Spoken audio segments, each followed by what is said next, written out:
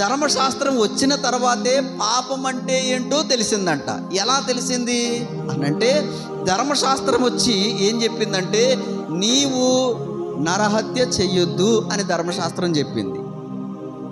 అంటే ధర్మశాస్త్రము రాకమునుపు ఒక వ్యక్తిని చంపటం అనేది పాపం అనే సంగతి తెలియదు వాళ్ళకి. ఒక మనిషిని చంపితే అది పాపం అన్నమాట అని అర్థమయ్యింది. నీవు వ్యభిచరించొద్దు అని ధర్మశాస్త్రం వచ్చి చెప్పింది.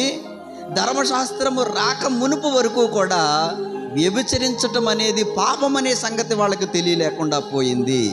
ధర్మశాస్త్రం వచ్చి నీవు వ్యభిచరించొద్దు, వ్యభిచరించటం అనేది పాపం అని ఎప్పుడైతే చెప్పిందో అప్పుడు అర్థం చేసుకున్నారు వ్యభిచరించటం అనేది పాపమని, దొంగిలించటం అనేది పాపమని,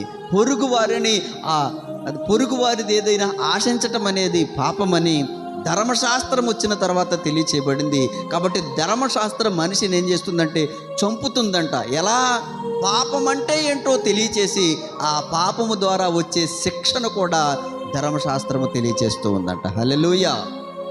అయితే దీనికంటే 430 సంవత్సరాలకు ముందే, ఆదాము మొదలుకొని మోషే కాలము వరకు కూడా పితరుల యుగం అన్నారు. ఈ పితరుల యుగములో ధర్మశాస్త్రం అనేది లేదు.